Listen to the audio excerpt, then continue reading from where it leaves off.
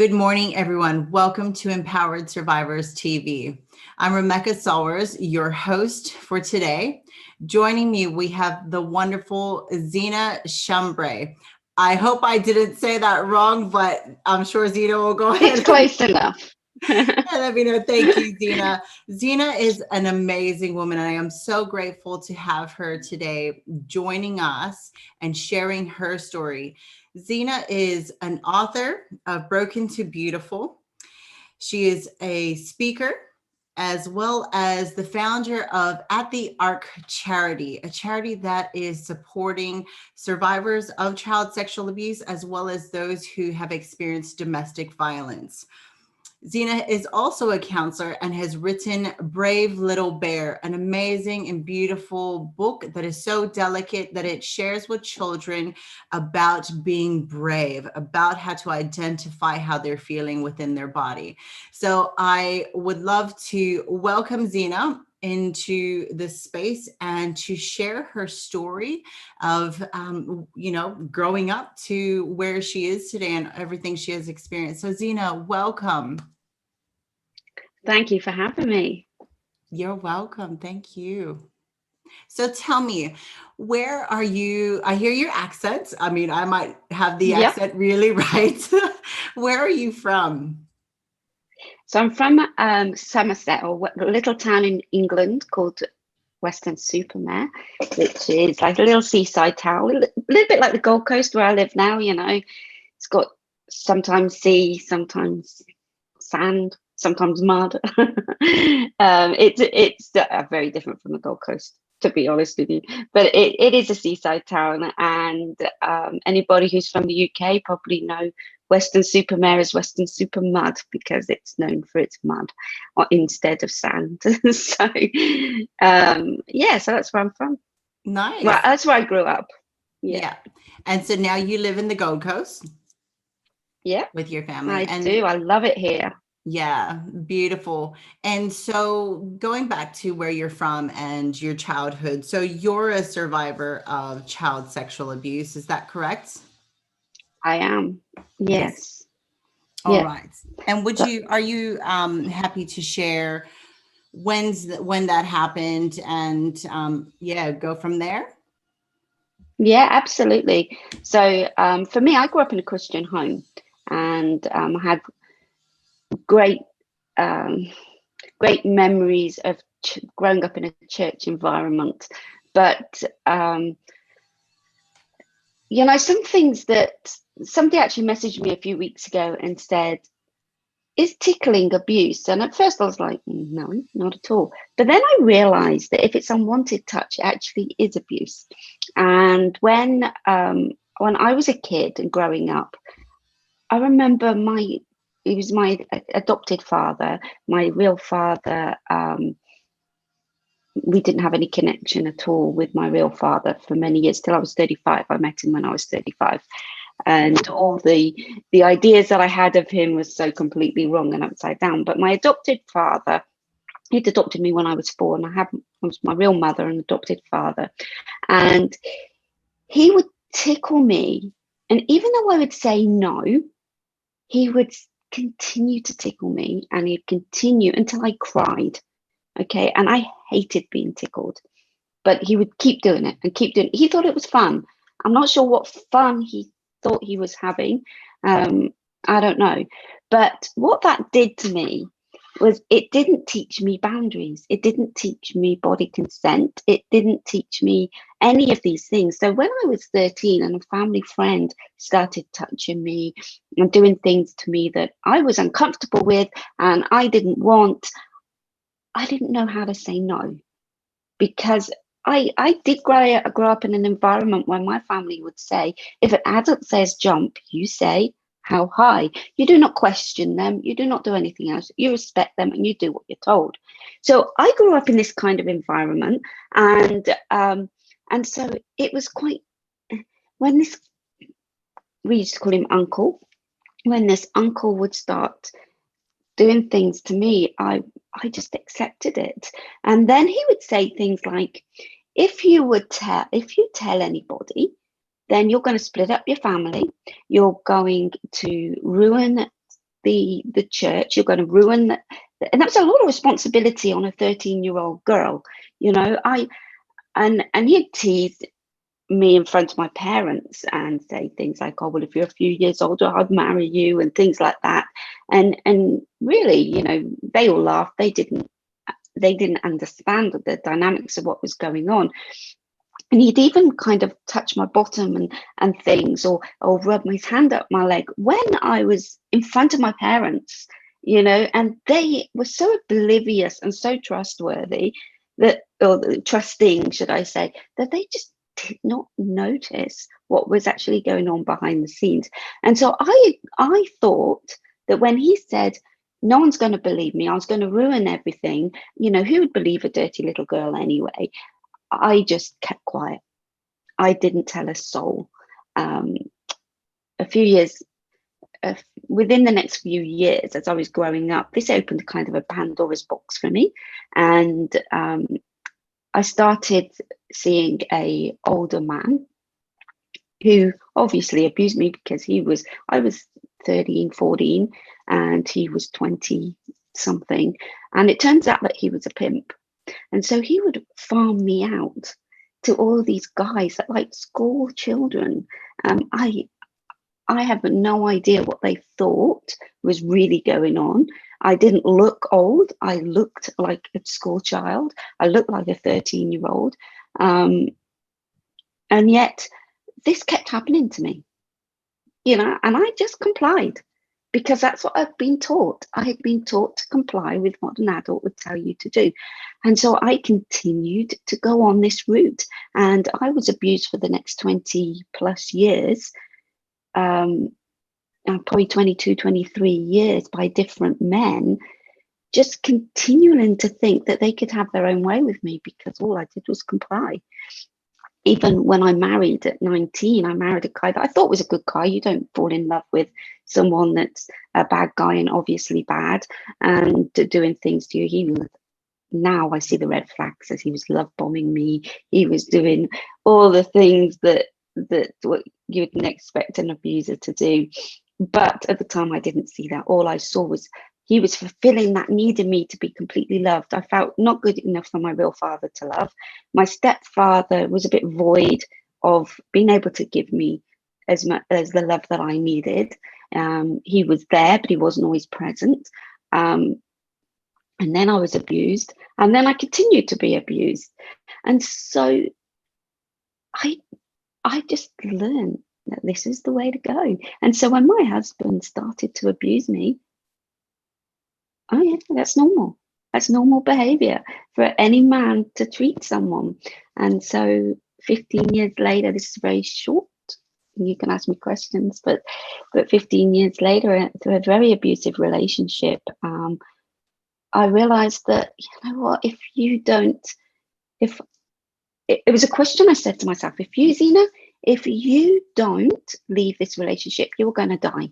You're either going to die at his hands, or you're going to die at your own hands, because I was in that place where I had 4 children and I was being abused every single day, physically, emotionally, sexually, financially, everywhere you can think of, I was abused. And I didn't want to live anymore. And so that was what I thought was going to happen. I was going to die at some point in the near future. And his abuse was getting more and more sinister. You know, he would do things and say things that were really odd, really strange. And I was thinking, oh, my life is in danger with this man. And then I thought, well, if I do leave, he's going to try and kill me. And I really believed that he would try and kill me. And but then I realized that if I did leave, at least I would have died trying. He was having his 15th affair in 15 years at this stage. And he actually brought up separation. But his idea of separation was living in 2 houses, but he had the role of both houses, and he could bring in who he wanted in his house. And So it was more of an extension. My house would be an extension of his house. But I was willing to take that because at the time I was thinking, yay, there's a little bit of freedom. And once I was in my own home, I was able to then start putting boundaries in place, and I started to learn. When I left him, I was so broken. I didn't know who I was. I was like a woman without a womanhood, or probably more like a child in an adult's body, because I had not learned the basic things. It wasn't until a bit later on I actually remarried. God just brought in a beautiful man in my life, and we connected. Long story short, and if you want to know the story, you obviously read my book. But God brought this man, and it was miracles after miracle after miracle to get this man into my life. And when my kids felt safe, once we were married, my kids felt safe, they disclosed that they'd actually started, every time they went back to their father, they were being sexually abused by their father. And so that's where At the Ark was birthed from. So that's where we started to want to support families that had been going through what we'd gone through, and how we can support them, because we know what was needed. We needed that friendship. We needed somebody to cry on, to scream at, to shout at, to not judge when you're feeling like the world's falling apart around your ears. You're feeling guilty. As a mom, I felt so guilty because I've never taught my children self-protective behaviours. I didn't know them myself. And so how could I have taught my children them? But I felt so guilty for not teaching them self-protective behaviours. And so it started a support website in the UK. My husband's Australian, so he adopted my children when my ex-husband went to prison. And we started afresh in Australia, where we started the charity. And I wrote the books Brave Little Bear. There's a 3-set series for different age groups, 3 to 7, 6 to 12, and adults. The 3 books, because I couldn't protect my own children, but I wanted to protect as many children as I can from now on.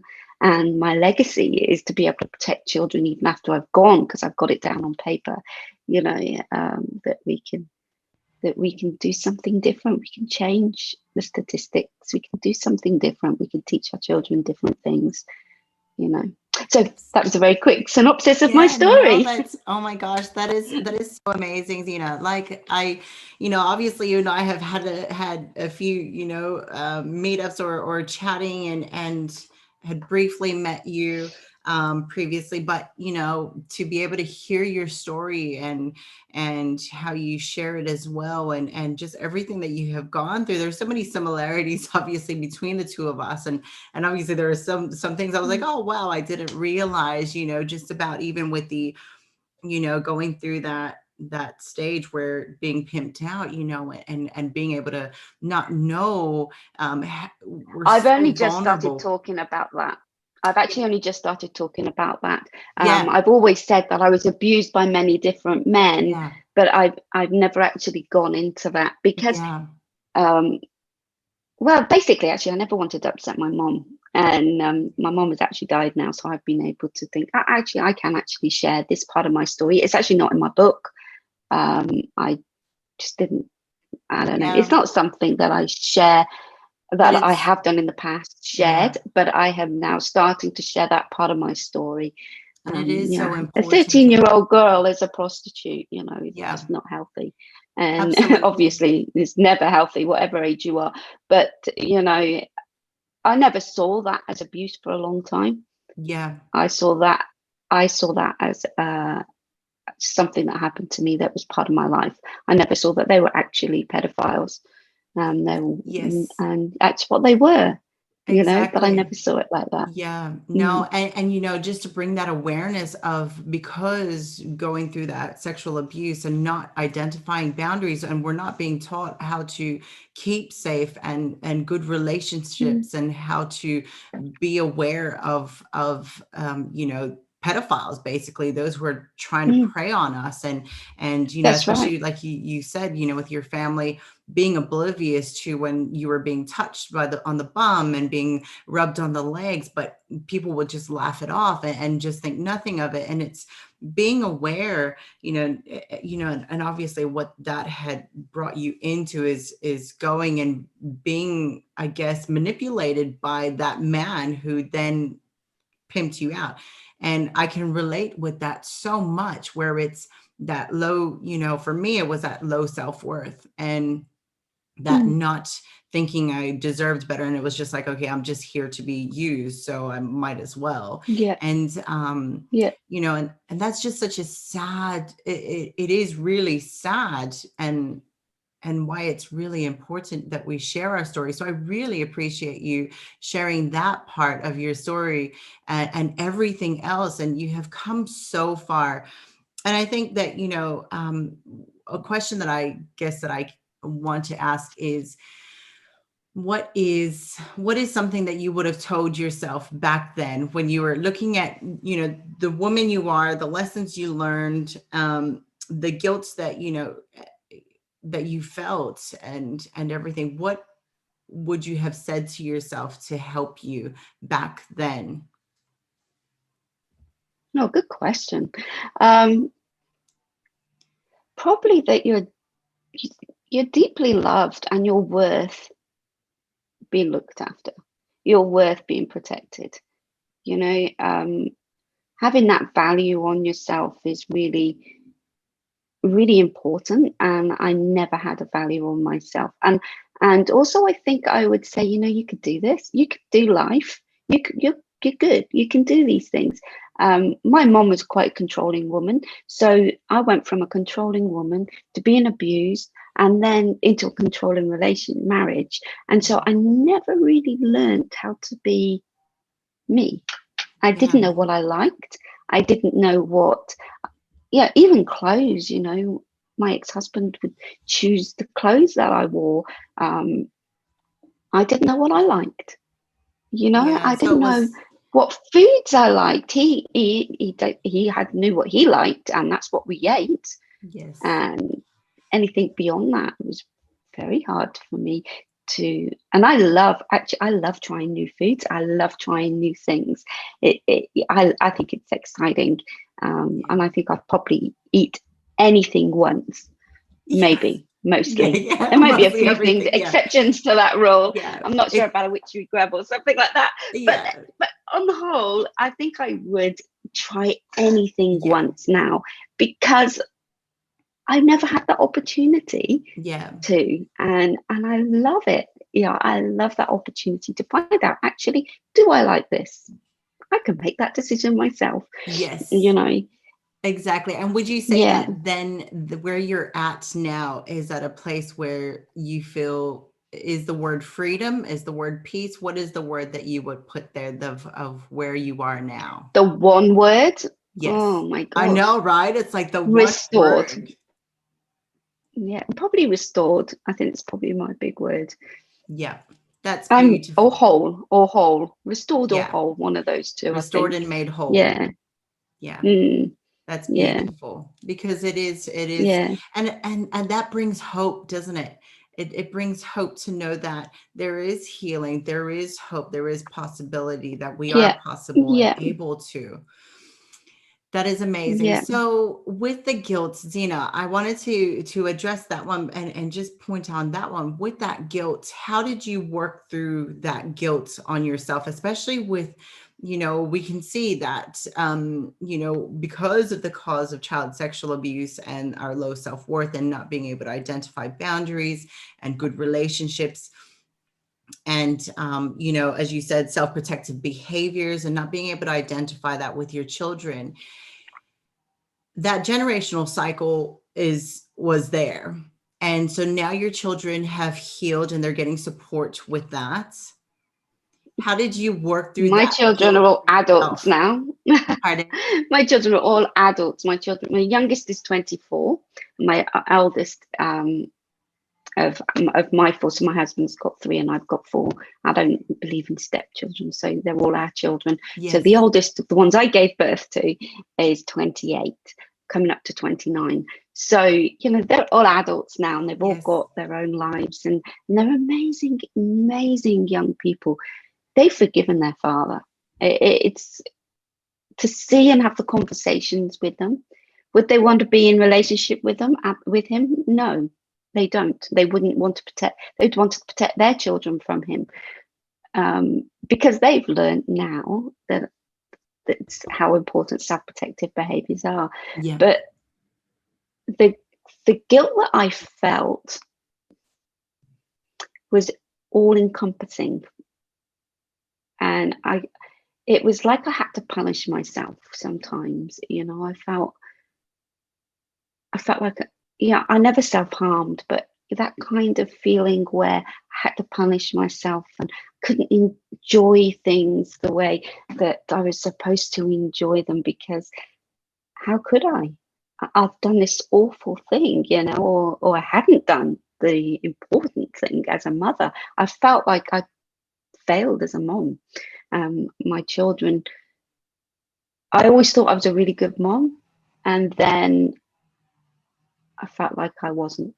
Yeah. And how did you work through that, Zena?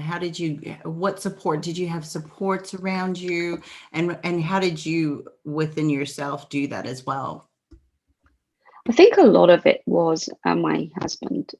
He was able to listen to me and talk me through some of the stuff and make me see that, okay, let's look at this from a logical point of view. And I think doing my counselling course helped me. I don't recommend doing a counselling course to psychoanalyze yourself and to work through your issues, but it definitely helped me see the logistics of everything. But the biggest thing was learning to have empathy for myself. I can have empathy for everybody else, but forgiving myself and having empathy for myself was a whole different kettle of fish. And learning that, I remember my husband saying, you know, on a few occasions, like, why did you do that? Or, okay, tell me your feelings around that. So it's probably more the what he'd say is, tell me your feelings. And I find it very hard to talk about my feelings. It's like one of those things that I struggle with from my past, and I still have problems talking about my feelings now. I have seen therapists to help me with the guilt, with this, but having empathy for myself and allowing me to feel has been a big part of my healing through everything. And I can't say that one particular thing helped me with guilt. There was everything, you know, and learning how to be healed and allowing myself to feel enough to be healed is very, very important. Yeah, and it is feelings and emotions. Like most say that they're numb. I always challenge that, because I say, well, we use alcohol, or there could be addiction, you know, drugs to help to, you know, we say to numb it. So we're actually not numb. We know what we're feeling, but we feel so much that it's like we That's don't right. know how to articulate it. We don't know how to process it. Yeah, we don't know how to I express it think and that share it. That it makes it that point where it's like, how are you feeling? I don't know. It's like, but it's being able to support somebody in that space where it's going, okay, what does that feeling look like? What is it? Is there a color to it? It's really knowing that there's multiple ways of being able to express that feeling. And sometimes articulating it is so difficult, especially when we didn't feel like we could talk and share the abuse when it had happened. So, you know, thank you so much. I quite often feel silly for sharing my feelings. Like I don't have a right to feel like that. Yeah. And learning that we actually have a right to feel however it is that we feel. And it's not silly. No feeling is silly. And we can actually have that and release that and process that. But when that's so overwhelming, the only thing you want to do is numb it. And so you try and stop that feeling, and I used alcohol, I used cigarettes, I used other stuff, and it was the only thing really that got me through many years. And it's not a healthy thing. It's definitely not a healthy thing. Yeah. But it was because once you certainly get a drunk, you tool that I experience. used. Yeah, because I found that And you get being an yourself into alcoholic for so many years, situations when you're you end drunk. up, after drinking, you end up feeling all the feelings, even more so, even to like, Yeah, a yeah, next level. And it was just like realizing that alcohol and the drugs were just actually making me experience it in the yeah. worst way, and even more so. So it was like there was no And point. then you feel So, guilty and then you for feel anything guilty that you because you might have did it. said or done Such a vicious whilst you're cycle. drunk. And yeah, so learning how to make wise decisions after abuse is very important too, I think. And it's not easy making those right decisions. And sometimes, I remember I actually didn't drink a drop of alcohol for about a year, or maybe not quite a year, but quite a lot of time. And I wouldn't have alcohol in my house after I left my ex-husband. So for a period of time, I didn't. And then I'd enjoy an odd glass if I was out with a friend or anything like that. And there was a couple of times I did, and I got absolutely blind drunk, and I felt so bad afterwards. So I would go on, I'm not having alcohol in my house again, And so for about a year, there would be months and months where I didn't actually have a drop of alcohol, or I didn't have it in the house. It was just a social thing, and I'd only try and only have one, and because. But then I would have to have a binge, and then I'd have to start again. But Yeah. Yeah. now I've learned that everything's in moderation, and I'm a much better person for it.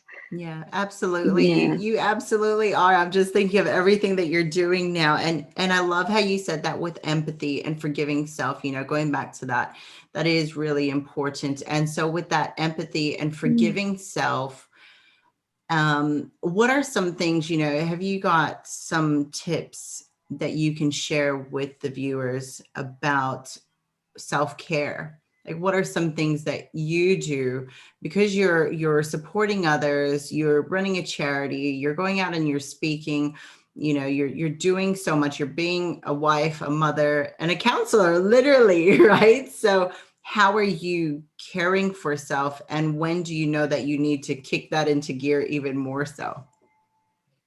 Oh, look, this is a journey, and I think sometimes we forget that we have to care for ourselves, and I can burn out quite easily, and I do quite easily. And I go, and what I do then is I go inshallah, and I don't want to talk to anybody. I can't see anybody. I'm emotionally drained. I have compassion fatigue and everything. The whole works go on, and and you know what?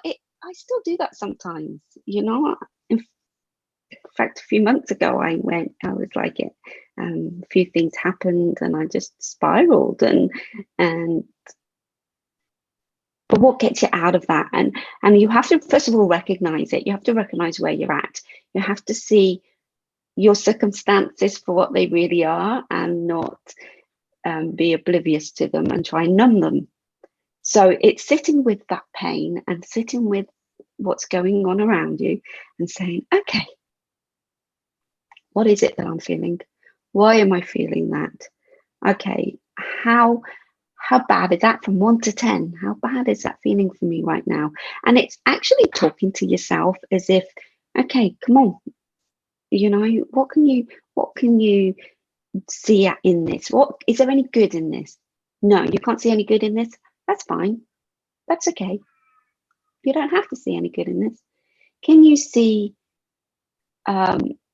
anything that could work for good in the future? And sometimes you can't, and sometimes you can.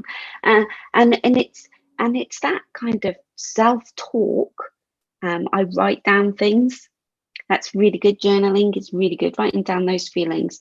I'm not very good, as I said, at actually expressing my feelings, but it's quite hard work for my husband to actually ease something out of me. And then all of a sudden I'm like, bleh, and he gets the whole lot, and he's like, God. Yeah, it's almost like, well, you asked for it. Here it is. You know, because I'd have held it in for so long. And then I think it was the end of last year. We'd had a few deaths in our family. And I remember saying to my husband one day, you know what? I don't understand why I'm doing what I'm doing here. I can't see any good here. But it just actually expressing it helped. You know, they say a problem shared is a problem halved. Yes. I found just expressing it took some of the pressure off me, and that helps. The other thing is nature. I find nature. Some people find going for walks along the beach.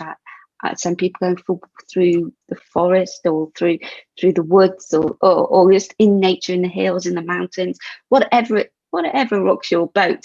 For me, I like a mixture of both. I love listening to the waves hitting the rocks, and sometimes it's just nice to get away for a night at the water, where you can open your hotel window and just hear the swooshing over the sea and stuff, and just get back to nature, and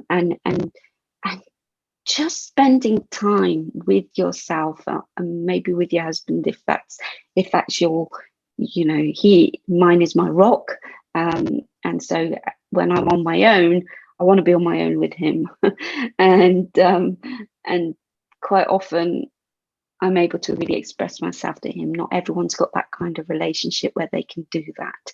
Sometimes they just are going for a walk on their own without anybody is the way to go. I've got a deep faith, so for me, prayer is quite essential for my walk, for my journey in every way. So when I'm going out for a walk, I will pray the whole way around.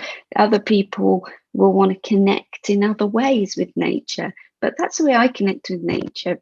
I loved to just pray and walk around and talk to myself, and just connecting with myself again, and connecting myself with the wider world. Doing something fun, is always another that's good really thing. beautiful. We forget that we're adults, but we can still have fun. Yes, absolutely. And like you said, it was really about empathizing with yourself and really being compassionate and listening to self, because those are the things that we lacked as children, was people to really understand and really to listen and really to feel what we're feeling and really to get what was happening, even though we weren't able to express it. It was just sitting with us and holding that space. And that's obviously beautiful what you're doing now. And you mentioned faith. So I want to tap into that one just quickly with your faith. So obviously you grew up in a church, and all of this had obviously was starting in that space. Did you ever walk away from your faith? And what guided you? What made you go back? Like, what happened there? So there were times through my teenage years I walked away. I didn't have anything to do. I would go to church to please my mother on a Sunday, but my heart wasn't there. My emotions weren't connected in it. When I married my ex-husband, he was a Christian, or so-called Christian. He would go to church. And so I went to church for a few years with him, and it dropped off because that's not where his heart was. And I realized very quickly that I couldn't be in the relationship with my ex-husband and be a Christian. It didn't work. But my faith was always there. It was underlying. It was part of my roots. It was part of my foundation. I knew the Bible. I knew I knew scriptures, and so when things were really tough, I'd be quoting my scriptures to myself just to get through everything that I was going through. I didn't recognize it that I was walking as a Christian at the time. But I think God understands that. For me, I do believe God understands that. 3 years before I left Mark, before we split up, my ex-husband, before we split up, we had like a TV channel, like with lots of TVs, like Sky, and Foxtel over here. And I was flicking through the channels, right? And I was just flicking through them. And I heard a song that I remembered as a child. And it kind of just like, oh, I recognize that. And it brought me back to, and it was a Christian channel, and it was just playing music, and I recognized that chorus. And every now and again when my ex-husband was away, I would go back to that channel. And I can remember one day that a guy that I actually never knew, it's a famous preacher, now I do know who he is, but at the time I didn't know who he was, and I don't even remember what he said. But all I can remember is this feeling of, I've got to get back to God. I've got to reconnect. I've got to reconnect to my faith. I've got to reconnect to Jesus. I've got to do this. And from that moment on, I started reading my Bible again. I started praying more, and my faith grew. It grew and it grew. And I actually needed that for when the time came when everything else went down. I needed that. My husband now is a Christian. We're both pastors now. So we're very faith orientated, and our hearts are very full that, and it's been a journey of healing and even forgiving myself for walking away, you know, and giving, like, putting my ex-husband first. You know, I felt very guilty for that. I felt very guilty for leaving my ex-husband. That wasn't what a good Christian girl did. You know, you stick through things, you stand by, you know, marriage is for life, but abuse isn't. And I had to learn very quickly that he actually broke the contract, and he broke the covenant between us. You know, not me, he did, and we had to then. I had to work through that and forgive myself for that as well, and realize that it actually, I'm exactly where God wants me to be. Yeah, that's So, amazing. yeah, that's my faith journey, really.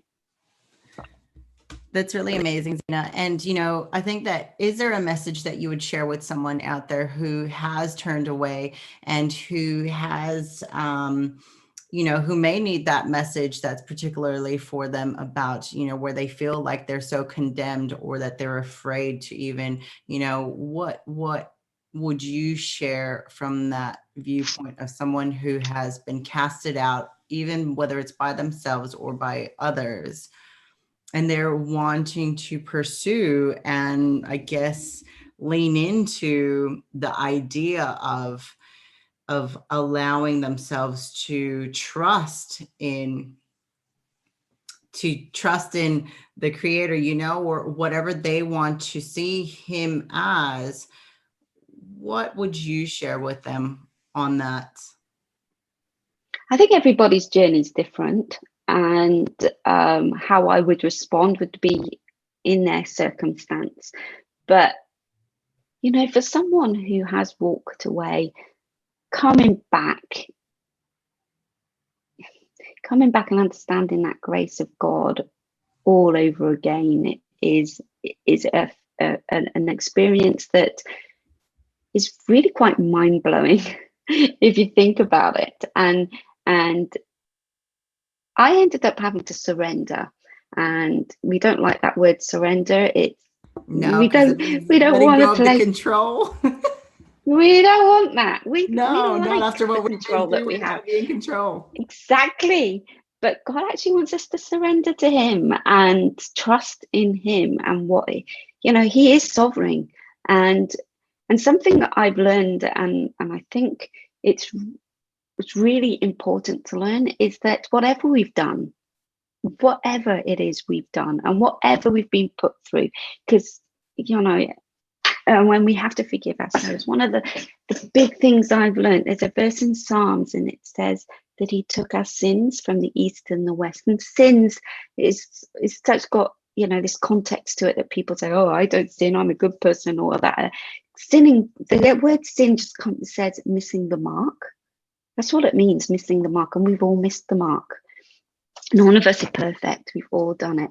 And but what God says, and if you're in a position where you feel guilty, then there must be something that you feel like you've missed the mark from. And God says he takes that and he throws it as far as the east is from the west. And that's a long way. That is a big distance, they never meet. The East and the West never meet. And so he throws it there, and he throws it into the sea of forgetfulness, this verse says, and he chooses to remember it no more. And then you'll go back. You've asked for forgiveness, or you've come back to him, but you're constantly beating yourself up. And God says, what for? Because he's forgotten it. It's gone. Because, and I think when we take that and we understand that when we have gone back to him and said, okay, God, I repent, and I'm sorry, and I know I took the wrong path, or I went down this wrong route, or I made some wrong, and this happened to me, and all this, that, and the other that we throw on ourselves. There is also another verse in Romans that says there is no condemnation for those who are in Christ Jesus. We are not under condemnation. He just wants to love on you. He wants to show you his love, and his love is amazing. And I found, for me personally, it is freedom. That's the exact word I was going to use. And I think that's so precious and so beautiful. And I really thank you so much for sharing and bringing that wisdom, bringing your truth, bringing, that empathy, and just being able to, I know that what you shared today will impact lives and will reach those who it's meant to reach. And I really am grateful. And I just thank you so much. And I'm so proud of you. You have come so far, and you're such a beautiful, bright, shining light. And may you continue to bring that light into those dark spaces, and being able to speak and help others who feel condemned and who feel like that they're too far gone and that there's no way out. And may it be an encouragement to you that, you're doing what you're doing because you have survived and come so far. And I thank you so much for sharing today. And I look forward to seeing what else you're going to bring to the world. How exciting. So am I. I have no idea. I know, right? We don't know what the details are. So I think, it's like, I don't think there's anything else I could ask of you that you haven't already shared today. It's just been so powerful. So I thank you. And I thank everyone for joining us and tuning in here on Empowered Survivors TV, because it's time to heal. Bye.